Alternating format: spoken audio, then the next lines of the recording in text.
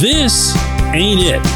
That's the thing I'm going to leave you with for a week as I go overseas for a very, very rare vacation. This ain't it.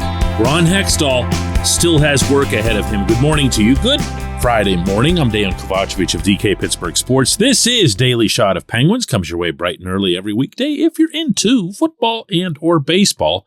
I also offer daily shots of Steelers and Pirates that I hope you'll check out.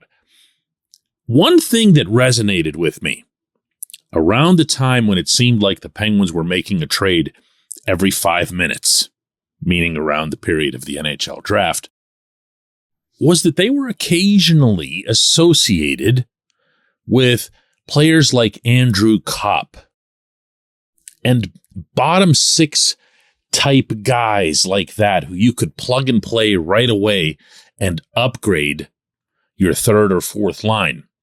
Now, this didn't come to pass, obviously, but just the Penguins being in there and having those reports come from reliable, real sources, well, that had me thinking that even they aren't satisfied with what they have there. So it's not just a matter of looking at the salary cap situation and the fact that the Penguins are still a couple million over. It's not just a matter of saying, wow, 9 defensemen? Really? It's more a matter of saying, what do you need to do as a hockey team to go from the point where you were last seen at Madison Square Garden, shaking hands with the Rangers, and then progressing to a legit contender? And yes, I know, believe me, that there are excuses galore, and I don't even use excuses in the pejorative sense. I mean, they were legitimate excuses for the Penguins to not beat the Rangers, to not finish them off.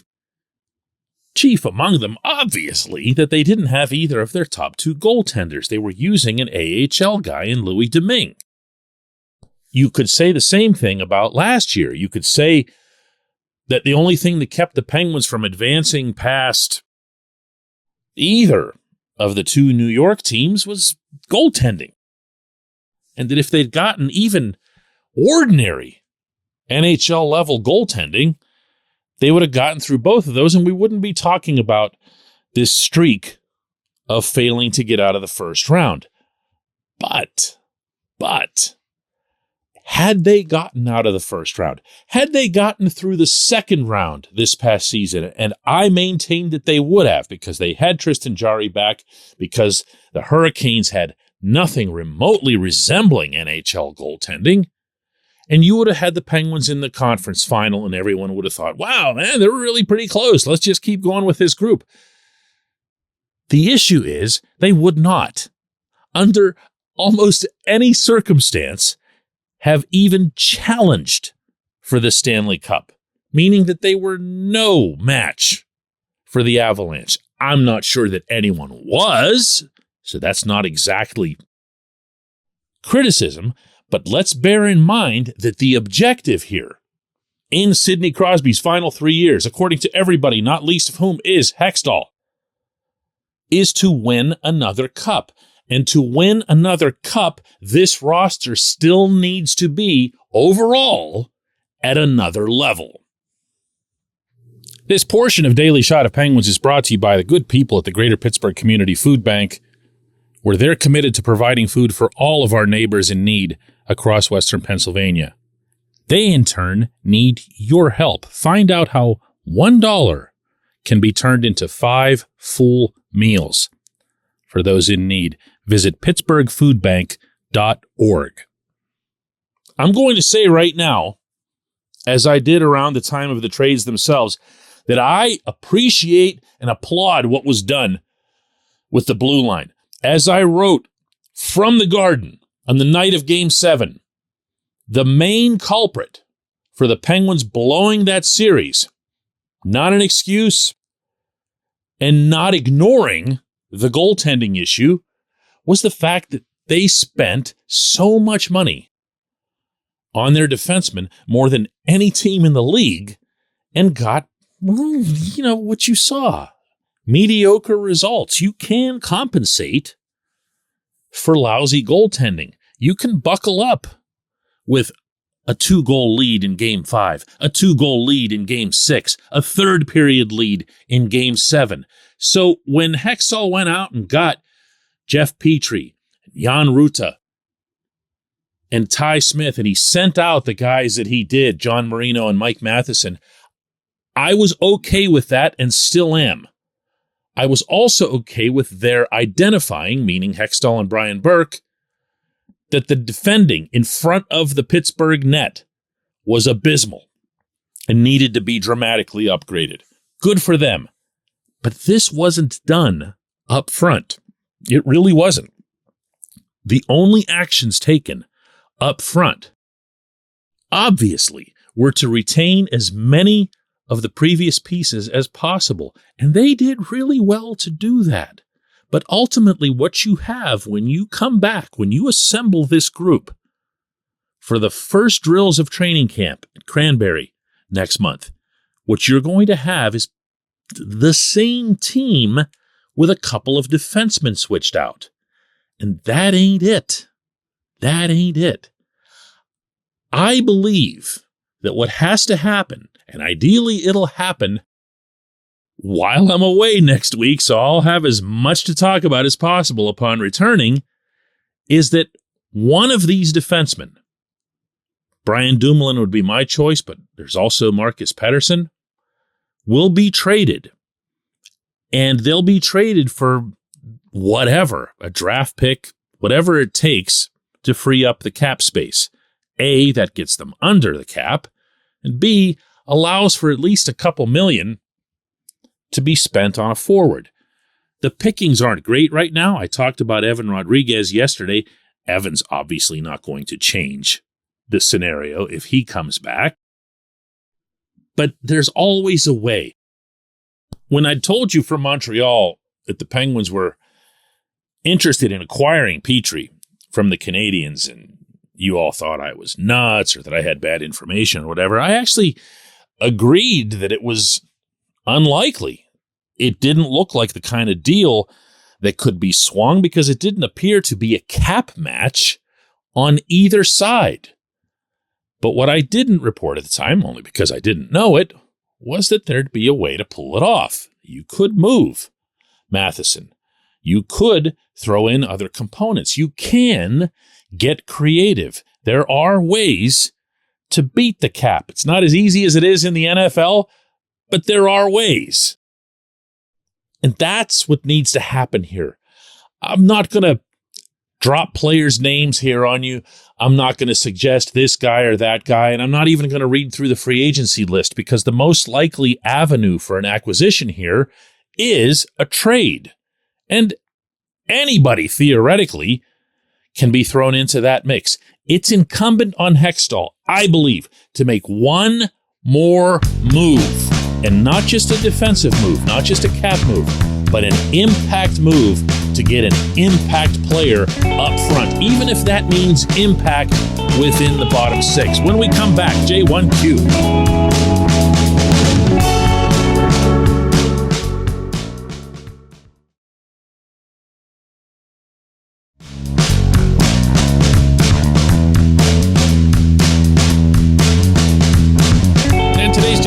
Comes from Tom, who says, "Hey DK, I know we talked about the logjam on defense and the need to trade a D-man or two, but it's starting to get awfully crowded on the forward lines. In the past 2 daily shots, you've talked about letting the kids play and potentially bringing back Erod, but you can't have it both ways.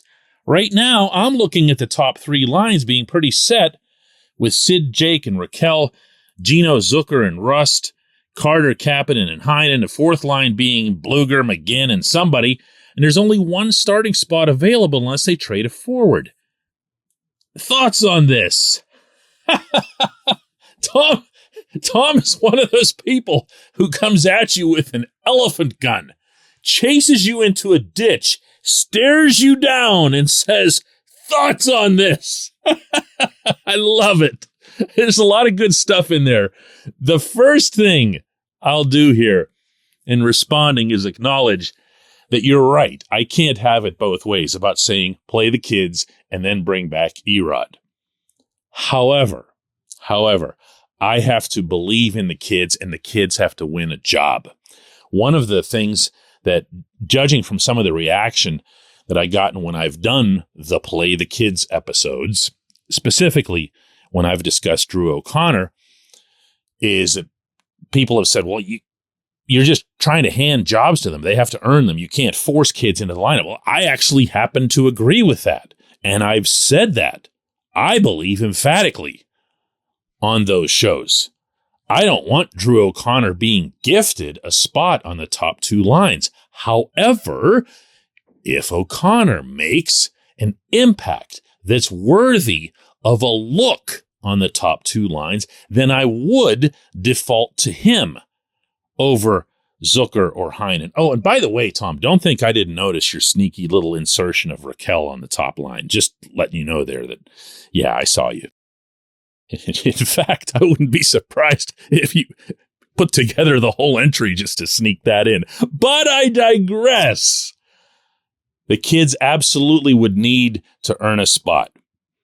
And while, like you, I see the number of NHL contracts that are assigned up front, I don't necessarily agree that the Penguins have to be married to them. In particular, and boy, I know this is naive, but just hear it out. What if Kasperi Kapanen was signed to be traded?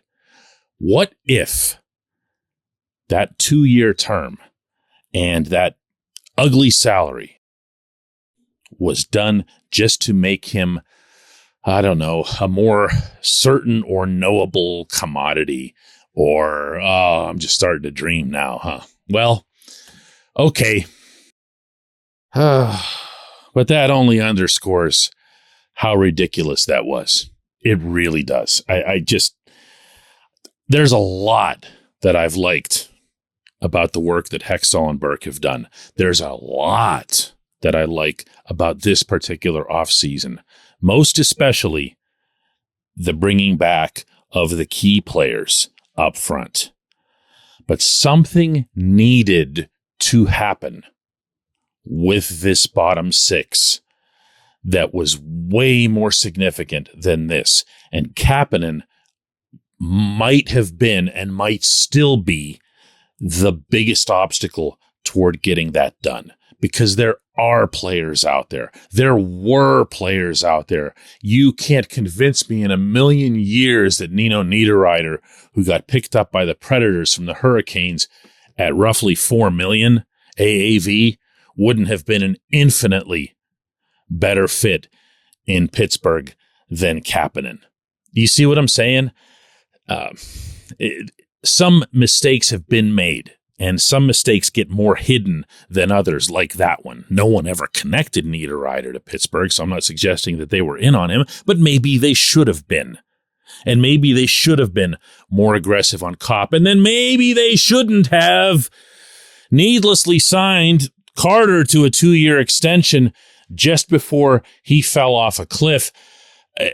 Something still needs to occur. I will swing back to what I said at the very beginning. This ain't it. Now, for me, this is it for a little bit. I am taking my son, Marco, who's 18 years old, overseas on a bit of a pilgrimage more than a vacation. He's never been to Serbia, where my ancestors are from. I'm born and raised in Pittsburgh, but we still have a lot of family, uncles, aunts, cousins, and so forth in the Belgrade area and just to the north of that. I haven't been able to be back in 20 years, and since he's only 18, he's never been there. We wanted to do this before the pandemic. We're going to do it now. We're flying to London later tonight. We're going to stay there for about a day and a half and then make over to Eastern Europe for the main part of the trip. This show will be back, not Monday, but the following Monday. I'm taking all of next week off. Why am I doing that instead of recording shows or even doing them from over there? I'm going to be honest with you. Ever since DK Pittsburgh Sports was formed 8 years ago, I took one very, very brief vacation with my family that encompassed 5 days where we puddle jumped really from Reykjavik, Iceland to London to Paris, and then back to London, and then back to Reykjavik, and then back to Pittsburgh. It was really crazy, but it never felt like a vacation. We were just on fire all the time. This one's going to be different. When we were in Reykjavik, when we first got there, and we got to the hotel and they didn't have a room for us right away, I sat in the lobby and I opened up my laptop. And my son, who was a good bit younger at the time, saw this and he started crying. And he said, "Really? Really? You're even going to work here?" And I closed the laptop and I promised myself that I'd never do that again on a vacation, because it's literally all I do. It's all he ever sees. It's all he's ever seen. And this is going to be different. So, yeah. And I'm going to take the week off, and I'm really, really going to take the week off. And you know what? When I come back, I'm going to be really, really ready to do all 3 of the daily shots again. Thanks so much for listening to this show. Thank you for supporting it. And we will connect again on the 15th of August. Take care of yourself.